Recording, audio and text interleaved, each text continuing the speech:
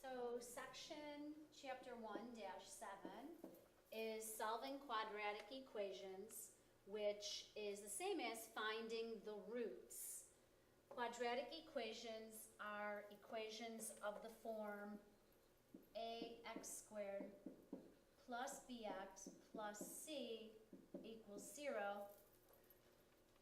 So it's a quadratic, and this involves factoring. The real roots of a quadratic function are the x-coordinates of the points at which the graph of the function, so now set equal to y, the graph intersects the x-axis. So when we solve a quadratic, we set it equal to 0, but we can always look at the parabola and look at where it crosses the x-axis to make sure those two solutions match. So here again is the standard form of a quadratic equation set equal to 0. To find the roots of a quadratic equation, depending on what type you have, you want to set the equation most of the time equal to 0. So if we have both an x squared term and an x term, you want to get everything over on one side and set it equal to 0. Then you'll typically factor it, and there will be other things we need to do if we can't factor it. We would use the quadratic formula, or we would solve by completing the square. But for most of these, we should be able to factor. And then we set each of those factors equal to 0 and solve for the variable. So we are solving for the variable, which is finding the roots of the quadratic. So number 1 has h squared plus 5h minus 14 equals 0.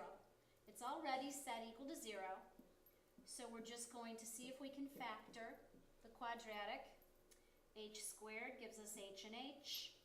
We need them to multiply to negative 14 and add up to 5, because we've got a 1 in front. So multiplying to negative 14 and adding up to 5 is 7 and 2. I need it to be positive 5. So it's positive 7 and minus 2. Do a real quick check if it helps you. H squared minus 2h plus 7h minus 14. And make sure you get the original problem back, and I definitely would. So I can get rid of that. So to solve this, we split it. We set each factor equal to 0. And then we solve. Add 2 over to both sides. There's one solution. Subtract 7 from both sides. And there's another solution. So it looks like our solutions are 2 and negative 7. So the picture over here is actually showing us that if we graphed the quadratic that matches this equation over here, and we graphed y equals, on our calculators, x squared plus 5x minus 14. So I'm saying this quadratic matches our problem here. Then we would get this parabola. And we can see that this parabola has real roots there and there. And sometimes you can count them. You can see that root hits at 2, and this root hits at negative 7, and indeed that was our solution. So often the picture can help you. Number 2, we got to get it set equal to 0, so add that 4 over.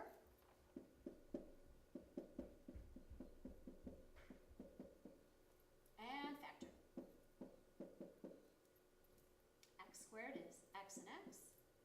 Multiplying to 4 and adding to 4, 2 and 2. Set those each equal to 0. X equals negative 2. And you might notice this is the exact same problem on this side. So you get negative 2 twice. So our solution is that x equals negative 2. And look at the graph, how interesting.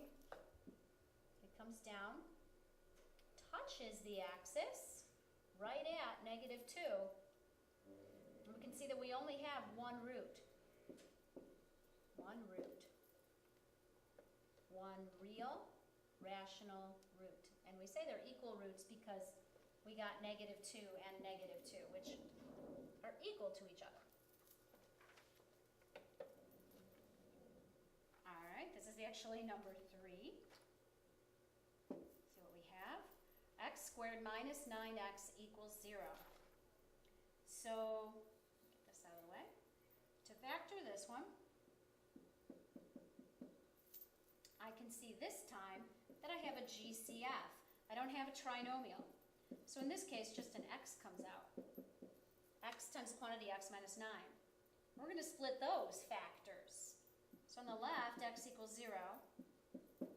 On the right, x minus 9 equals 0. And that was quick. We have our 2 solutions.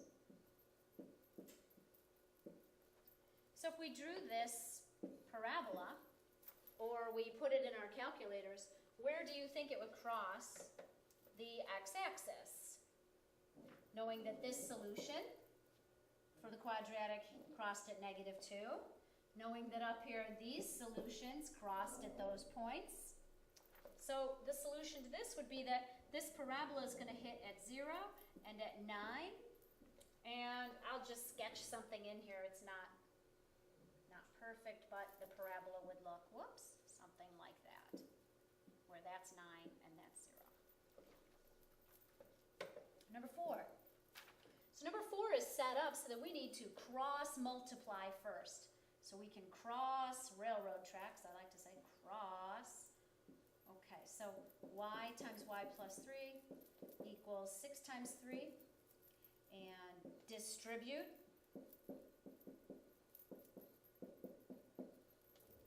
And then get it set equal to 0. So I need to bring the 18 over by subtraction. So I get 0 over there. Okay. 2 factors. Y squared is y and y. I need them to multiply to -18, add up to 3. So those numbers are going to be +6 and -3. Check real quick in your head, or actually do them. Set each of these equal to 0 and solve them. I'm going to skip a step. We get y equals 3, y equals -6. Okay, those are our solutions. On your calculator, you'd need to put in a quadratic that works for this. Y equals, and our variable is x. These are different y's. X squared plus 3x minus 18. Take a look at the graph of that. And last, let's see, we have a couple more. We can't see these on my screen. They say x squared equals 4x plus 32. So we're going to bring the 4x over, we're going to bring the 32 over, and get x squared minus 4x minus 32 equals 0. Factors. Pause it if you want to try it on your own.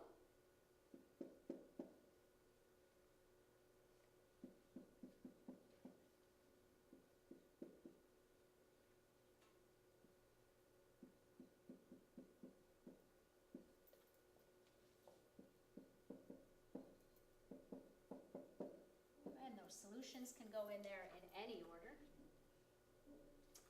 And this last one actually looks like b plus 12 in parentheses with a b after it equals -32. This still means to do the distributive property. So we've got b squared plus 12b equals -32. Let's add that 32 over both sides. So b squared plus 12b plus 32. Now I need 2 numbers, think ahead, that multiply to 32 and add up to 12.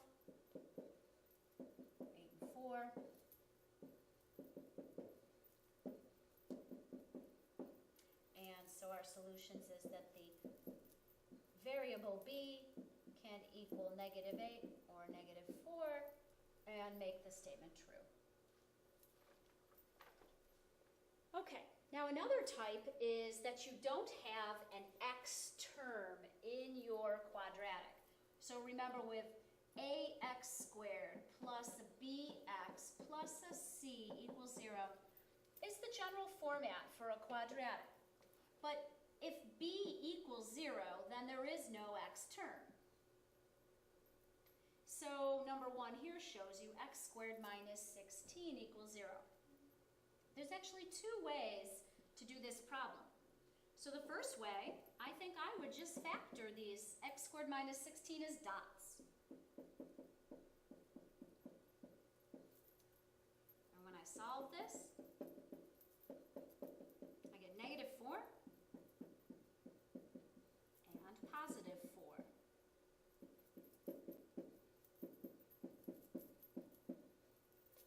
But another option, let me just separate these. Line down there. Another option would be to say, hey, I'm going to add this 16 over. I'm going to add it over. This is a little different approach. So x squared equals 16. And then I'm going to square root both sides. Square root, square root. Now, there's one thing I want you to remember all year long. If you square root, then you have to plus minus. So because I wrote the square roots in, we got to put positive and negative. The square root of x squared is x. The square root of 16 is 4, and the positive and negative is part of the answer. You can see that's what we got before as well. All right, I took up a lot of room for that one. The second one, let's see, can you tell what might come out of here first? 2 comes out.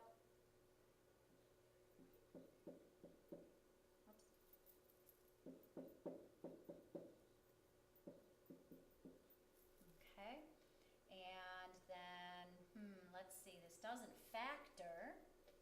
So, what are some possibilities here? Well, maybe I could divide by 2. X squared minus 12 equals 0. I could have brought the 24 over as well. This is what I'm going to do. I'm going to bring this 12 over so that I have x squared equals 12. Well, let's square root both sides. U square root, u plus minus. And so what I have is x equals positive and negative square root of 12 simplified is 2 radical 3, because 12 is 4 times 3. All right.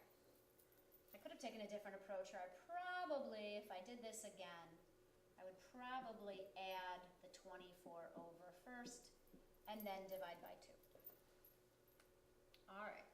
When this parabola is graphed on a graphing calculator, y equals 2x squared minus 24. And knowing that our roots have a radical in them makes them irrational. So they're still real because we can see them, but now they're irrational because of the radical, and they are clearly not equal to each other. All right, 2 quick word problems, and we're done. The length of a rectangle, the length is 2 feet shorter than twice the width. Okay, the area of the rectangle is 84. Find the dimensions of the rectangle. So let's let x equal the width. Now we need an expression for the length. So this expression says the length is 2 feet shorter than twice the width. So twice the width minus 2 is 2 feet shorter. So knowing that I have x for the width, 2x minus 2 for the length, we move on to the next part of the problem that says the area of the rectangle is 84. So we know that area of a rectangle is length times width. So the area is 84. That's my length, x, times my width, 2x minus 2. And let's do the work. Distribute that x. We've got a quadratic. So we really want to set it equal to 0. Bring this 84 over, minus 84 minus 84. So now I have 0. It can be on either side. Equals 2x squared minus 2x minus 84. I'm going to move this up here so it's a little easier to see.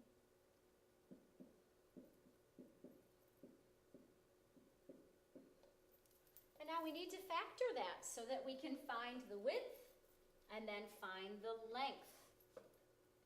Check it first for GCF. It really makes things easier. Let's take out a 2. 2 goes into each term. Now we have a nice quadratic. We don't have to worry about the 2. We have a quadratic with a 1 in front. X and x. I need numbers that multiply to negative 42 and have a difference of negative 1 or a sum up to negative 1. I'm going to go with negative 7 and positive 6. So let's see. X is negative 6 or x is 7. Let me move this stuff here. So remember, x represents the width. Word problems, you need to be careful. Can my width be 7? Yes. Can my width be negative 6? No. So we're going to reject this answer. So my width is 7. And if my width is 7, then my length is 2 times 7 minus 2. Or 12. So remember, with word problems like this, start with your let statement. It's real important. Gather all the pieces of information. One of the things you needed was your area formula. Once you have these beautiful let statements, you can just plug everything in. Last one. If the base and height of a triangle measure 2y plus 8 and 3y minus 10, might want to draw a picture too. Here's the base. Height. Okay. Express the area of the triangle as a trinomial. So we need area formula for a triangle. 1/2 base times height. So 1/2 my base. 2y plus 8 times the height. 3y minus 10. And basically we only have some foiling to do and then bring that half through. So let's see. I think I'll keep the half out for now. And I'm going to foil. 2y times 3y is 6y squared. 2y minus 10 is, or times negative 10 is negative 20y. 8 times 3y is plus 24y, and positive 8 times negative 10 is negative 80. Simplifying inside the parentheses, 6y squared, these two guys go together, plus 4y, minus 80. And now let's work that half through, and it's half of everything, or half times 6 is 3y squared. A half times 4 is 2y, and a half times 80 minus 40. There we go. All set.